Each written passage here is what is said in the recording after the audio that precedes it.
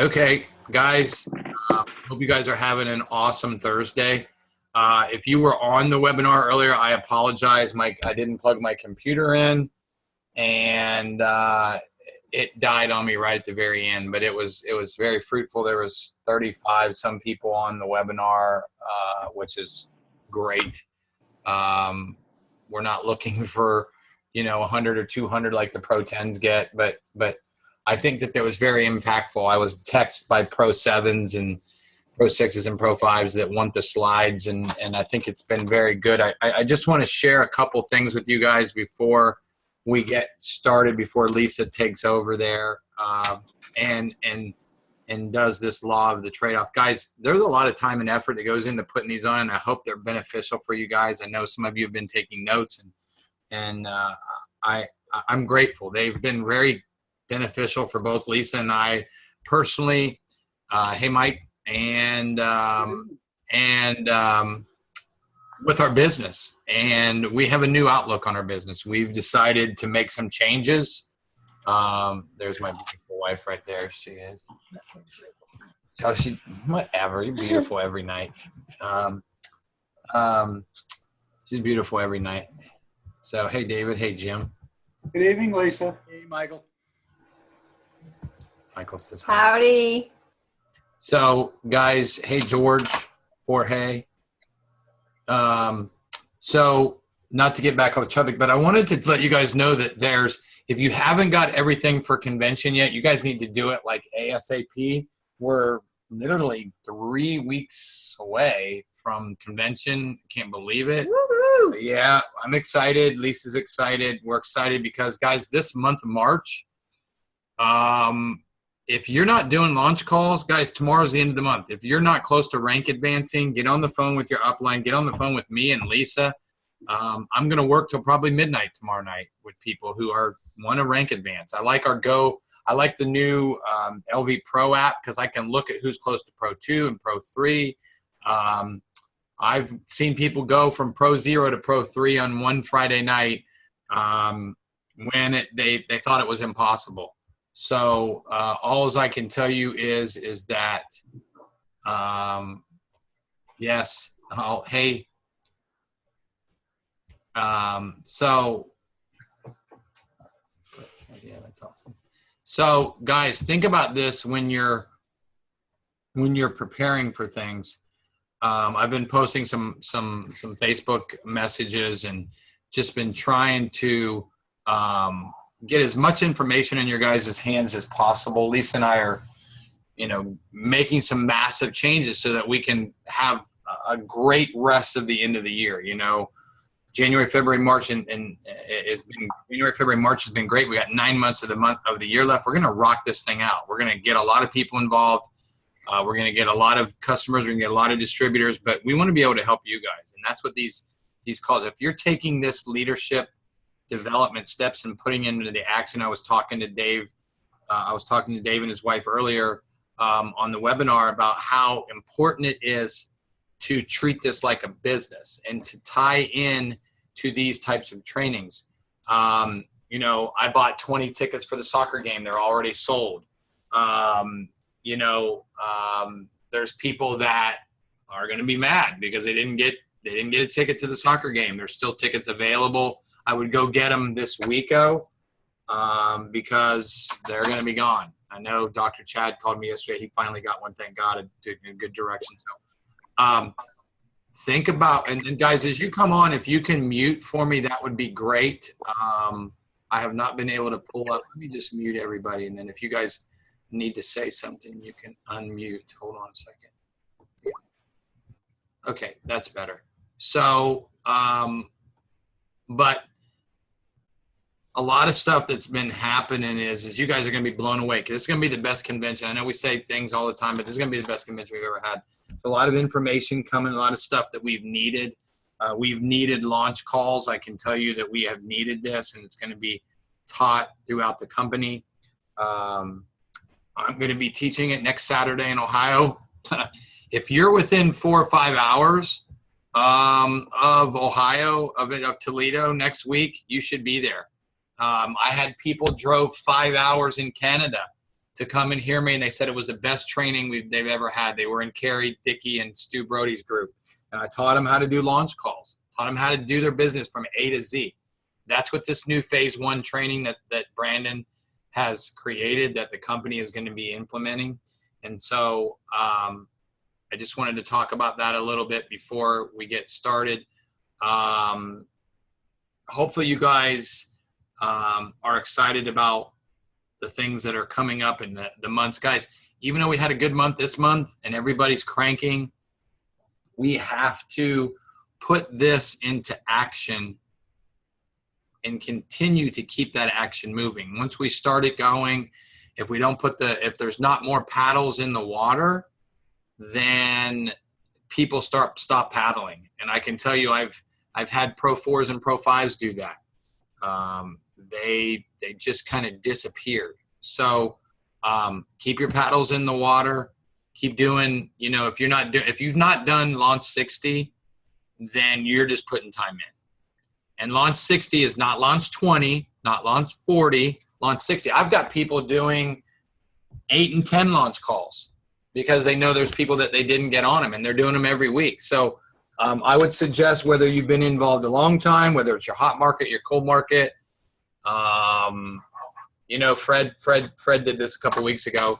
He went in the middle of the day and called 8 people that told him no, and 6 of them got on a call with Brandon in a couple hours after he did it. So just, hey, I need you to be on a call in an hour.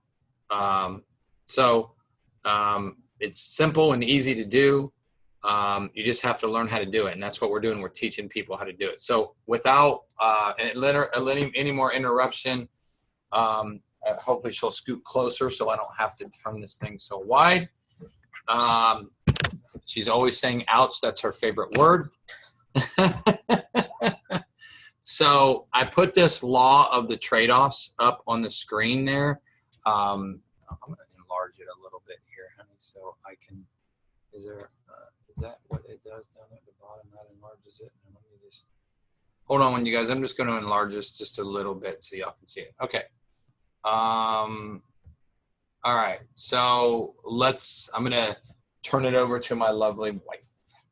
Hey guys, thanks for jumping on this call tonight. Awesome to see and hear everybody. This week, John Maxwell taught law number 9 out of 15, so we're halfway done. This law is called the law of the trade-offs, okay? And to define a trade-off, he defines it as you give up something good that you have, or something of value, for something of a greater value or better that you want. So you're trading something you already have for something else that you feel is a better deal, so to speak. And he teaches us that you have to give up in order to go up. You have to give up something you have in order to get to that next level. And you have to grow. So on top of that, think about what I just said earlier, okay? Lisa and I are going to give up some things to be able to go up to the next level. Television, certain things that we do, laying our phones down, turning our phones on silent so that we can constantly be focused. So that just kind of popped in my head when I was watching it earlier. Mm-hmm. He also referred back to his law of being intentional. And he says that everything worthwhile is an uphill climb. So you have to be intentional on what you're giving up and intentional of what you want in place of that, okay? He talks about trading off comfort for a legacy. And there's one word that seems to constantly run through my mind as I keep going over this and I listen to it. And that word for me is risk. It seems like you're giving up your comfort, for a legacy. That's a risk. You know what you have in your hand, but you're going to let it go for something you want to replace in it. You don't have it yet, so you're taking a risk. The other thing is part of giving up and going up is you pay now and pay later. And he uses the example of when he was a child. He said he learned this law of a trade-off very early in life. He says that as a child, he has to do his chores. And once he does his chores, he gets to go swimming. Well, he says that if he does his chores in the beginning of the week, then on Saturday, they get to go swimming. He goes with the family swimming, right? However, if he decides not to pay now and do his chores in the beginning of the week, he gets to watch his family's car leave while he then still has to stay home and finish his chores and do, clean the basement was the example he used. Wow. And then he also kind of said that, these trade-offs, not only are they intentional, but they get bigger and bigger and bigger. The more trade-offs you make, the greater the reward. It's like that uphill, climb and victory. Some trade-offs can be made at any time.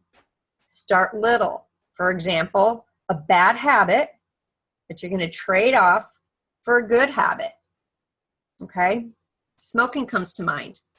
Trade off the cost of cigarettes, the damage to your health, for a healthy lifestyle and a greater bank account. Or what comes to my mind is think about your business, your Life Vantage business. When I was listening to this, do you watch TV? Do you do things that, like for me, when I was working 60 hours a week when I started this, do you eliminate things so that you can have a greater reward? Like I was talking to my friend Paul today, and he said that he wants to build this business so that he can spend more time with his daughter and not work a 3 to 11 shift and never spend time with her when she comes home from school. And when he does come home, she's in bed. So he has to get up early to spend time with her. That's what kind of went through my mind when we talked about this. Mm-hmm. And the opposite of pay now and play later was if you play now rather, you pay later, that payment is compounded as time goes by. So it makes your trade-off of paying up front, making that sacrifice, and playing later so much sweeter. The time reward you have at the end of making those ranks you want to make. Trade-offs force us to make choices, just like what Mike was just saying. Choose to shut off the television, pick up the phone. Trade-offs tend to stand in between where you are and where you want to go.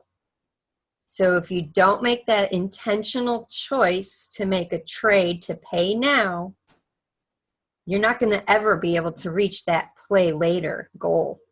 And it's kind of also like I thought about this, and now as Lisa's saying this came to me is think about the sacrifices you have to make to do this business the right way. Mm-hmm. You also, we said this all there. What Chad was, yeah, okay, and I'll let Lisa comment on this. Chad was on here earlier, and he said, he just thought everybody was going to get this because of the magnitude. And I said, there's 90% of the people purchase stuff that they want, not what they need, until they realize the significance of what they need. So us doing this business wrong, trading off, wasting time, us being the message rather than following the system and us being just the messenger. So go ahead, honey.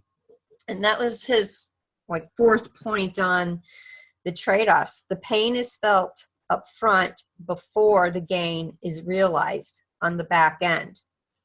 You feel the pain before you ever get to the gain. And he used the story of his grandson with the blanket. He's like 5, 6 years old or whatever, and he always walks around with his blankie, right? Well, every week or so, mom takes the blanket and has to wash it, keep it clean. And he says that his grandson just sits there at the dryer, like Indian style, with his chin on both his hands, just crying and waiting for that blanket to come in. It's a loss of comfort or a loss of security. And that's how the pain, that's what he was using the analogy of for the pain. It's a loss of comfort. It's a loss of security. And that's where I feel like the trade-offs are always, there's a risk involved. You know, after time, that blanket could, start to shred. That's the risk for trading it in to get it clean. He also talks about how, which we kind of commented a little bit earlier, the higher you climb, the tougher the trade-off is. The bigger the risk, the greater the reward. And he quoted Henry Kissinger, who says that the price of anything is the amount of life you trade for it. Working our traditional jobs, you're trading time for dollars. Working LifeVantage, you're trading time for that long-term goal. It's not hour per hour, but you're still trading time in order to make the money to achieve the goal you want. So what is your life valued at? What's the risk that you're willing to trade? And he says that people at the bottom of a trade that don't have much to risk, you've heard the expression, I gave up everything. Well, when you're young, you're new, you're just out of college, newly married, whatever, you don't have as much to give up. And so at the bottom, and this is true for so many of us with our LifeVantage business, we're trading out of desperation. Something has got to change. While people at the top who've gone through multiple trades that keep accelerating and climbing those hills and making those victories, they're trading out of inspiration. They love what they have and they want more. And he says both trade-offs are very legitimate. The one is I have to get out of this situation. The other is I want more of what I have. So he tells the story about the multimillionaire. He's sitting in a service, the offering plate comes by, and all he had to his name was $20. And you probably heard my husband talk about this analogies before. This person, he gives all his whole $20 into the offering. However, then God rewards him and continues to bless him, and he becomes a multimillionaire. He goes around the world or the country, whatever, telling that story. But one day, this is the funny part, is he's telling that story, and at the end of it, the lady says, so let me make sure I get this right. You gave everything you had, and now you're a multimillionaire. He's like, yes, ma'am. So she asks him, will you do it again? Huh? And what I really noticed was I was waiting for the answer to that. John really didn't say that he answered that question. Was that man willing to make that trade again? Or was he going to stay in his comfort zone now? And that was one of the other things he says. People reach a certain level of success, and then they don't go any higher because of comfort. They don't seem to want to trade in to get a greater significance in life. And guys, that's people with a good job. There's a lot of people on this, even on here tonight, that have been very successful in business.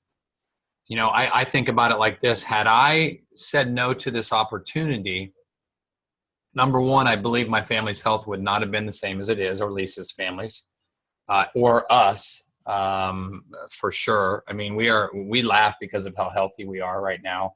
Lisa just lost 15 pounds and I just lost over 30 pounds. And we traded off a lot for that. We traded off the time of things that we were doing. We got rid of food that we were eating. We got rid of going out to restaurants. We just did a lot of trade-offs. But the key thing is just like with a lot of people who have reached a lot of money, with this opportunity, we can trade off and pay it forward to other people. And I think that's an amazing thing. Mm-hmm. He talks about how the continued trade-offs are results of seeing the big picture. You lose the big picture, the trade-offs stop. You stop and you start seeking security. And that's what he was talking about. You reach a certain level of success, but you kind of hit a cap or a max. You're not going to go up any higher because now you're comfortable, and all of a sudden fear will creep in, whatever. You don't want to take that next risk of giving something up that you value to gain something of a greater value. Huh. And he also teaches about how, of course, he always evaluates those trade-offs through a filter of his value system. You know, what is your value system? What are you willing to trade morally, ethically, whatever, in order to gain? And his story was when he was first starting his Equip Foundation to train up, leaders and whatnot.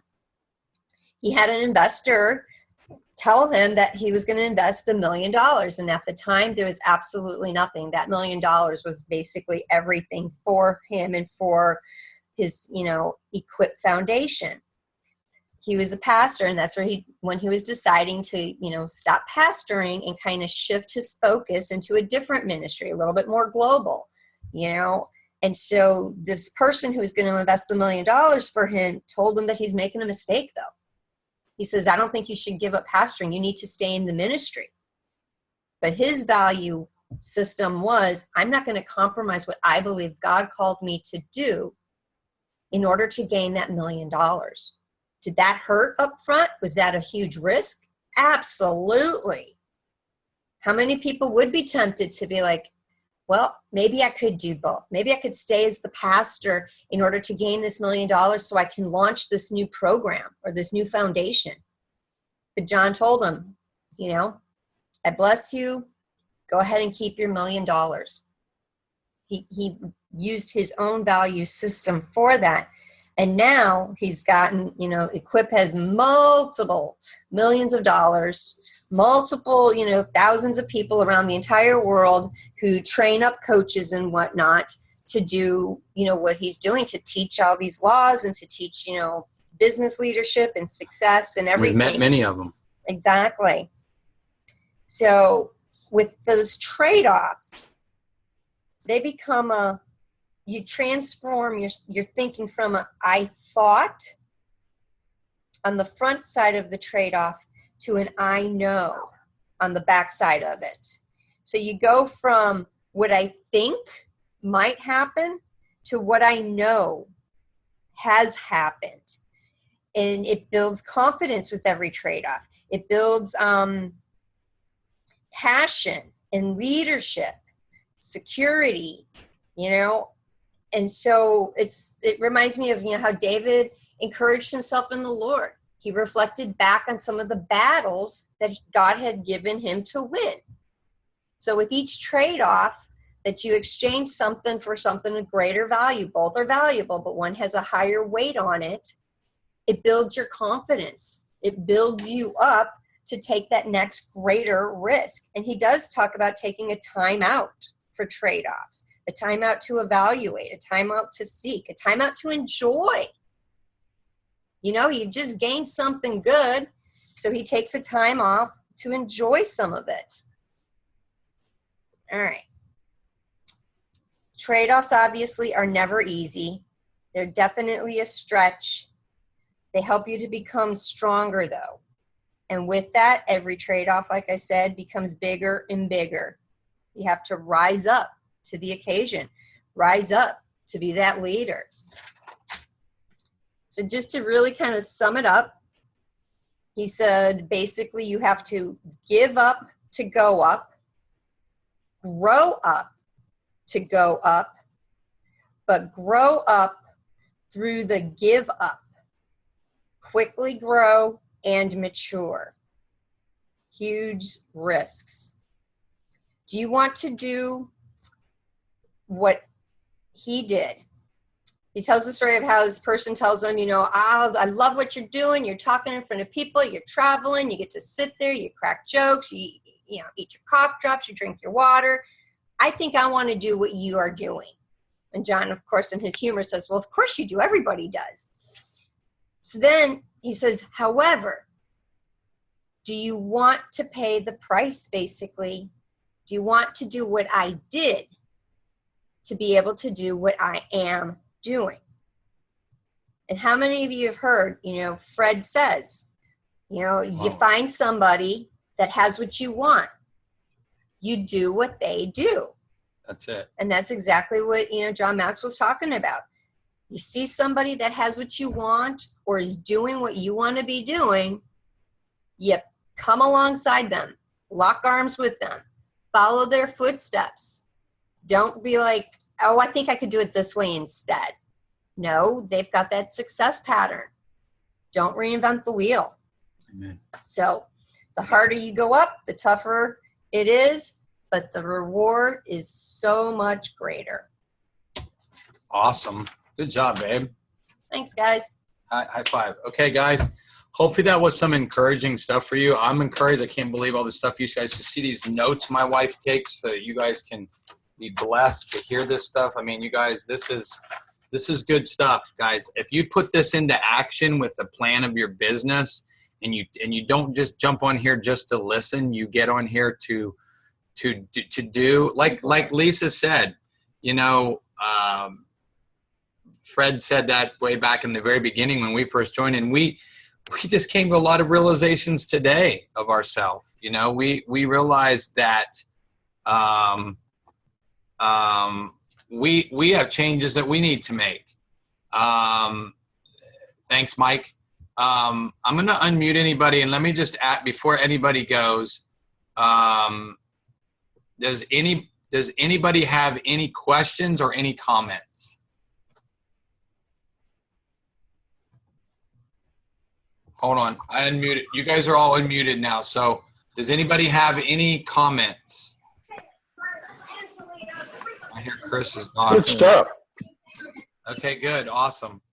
This was one that really kind of brought a couple of different laws in here where you have the law of intention along with trade-offs. Absolutely, Mike. Absolutely. And one of the things I really like about how John progresses through this, and I'm grateful that we bought this because I watched, you're welcome, Dave. You and your wife are awesome. It is that I'm grateful that we get to put these into action and probably I think Janice is going to do, what's the next one? The law of curiosity. Yep.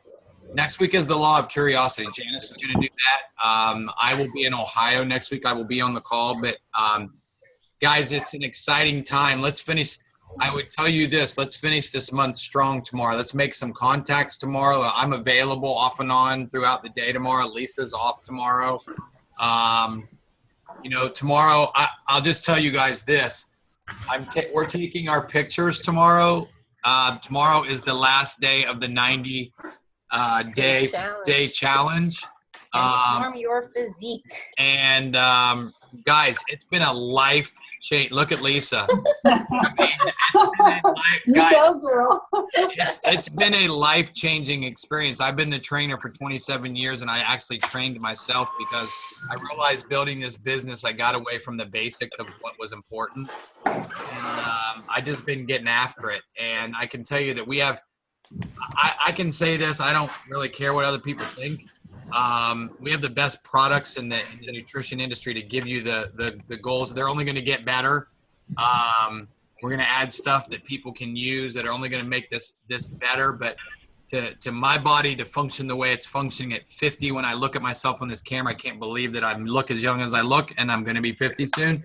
And just to look at my wife, how good she looks. Guys, we're excited to be a part of this with you. If we can help you in any way, shape, or form, spread the word to get more people on this call on Thursday nights. We're going to do this we won't do it the Thursday of convention, but every other Thursday night. We're going to do this every Wednesday night or Thursday night before this call. I'm going to do a webinar. Get some people on it. Get some people on the follow-up. I had massive amounts of text about how good it was. People wanted the presentation. So guys, thank you so much for being on. I'm going to stop the recording, and guys, let's finish